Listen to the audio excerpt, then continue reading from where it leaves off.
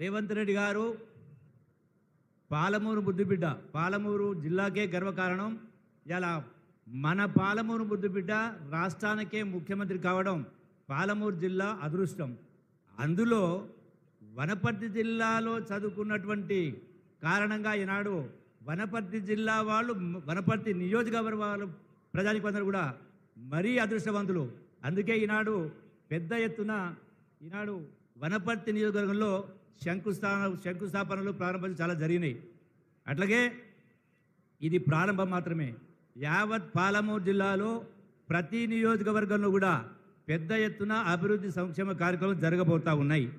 అట్లాగే ఈనాడు ఇదే కాకుండా అన్నిటికంటే ముఖ్యమైనటువంటిది మన పాలమూరు బుద్ధిబిడ్డ కాబట్టి కృష్ణానది జలాల్లో ఉన్నటువంటి ప్రతి నీటి బొట్టు కూడా, ప్రతి సెంటు గుంటకు పాలమూరు